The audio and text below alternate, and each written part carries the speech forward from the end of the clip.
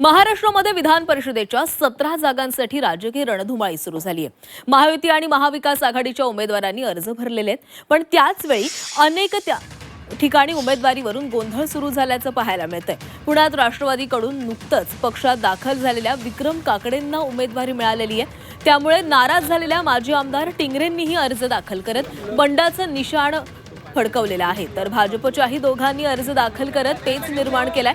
नाशिकमध्ये शिवसेनेच्या नरेंद्र दराडेंना भाजपच्या गीते बंधूंनी आव्हान दिलेलं आहे। कोकणात तटकरेंना महायुतीची उमेदवारी मिळाली असली तर शिवसेनेचे आमदार महेंद्र दळवींनी कन्येच्या रूपात बंडखोरीचं निशाण फडकवलेलं आहे। तिकडे संभाजीनगरात अब्दुल सत्तारांचे चिरंजीव समीर सत्तार यांनी अर्ज भरत भाजपला आव्हान दिलेलं आहे। तर अमरावतीमध्ये भाजपच्या पोटेंविरोधात शिवसेनेच्या विप्लव बाजोरिया यांनी अर्ज दाखल केलेला आहे। महायुतीमध्ये बंडाचा झेंडा रोवलेला आहे, त्यामुळे महायुतीमध्ये उदंड जाहले बंडखोर असं म्हणण्याची वेळ मित्रपक्षांवर आलेली आहे। त्यामुळे आता 4 तारखेला माघारीनंतर चित्र आधीच स्पष्ट होणार।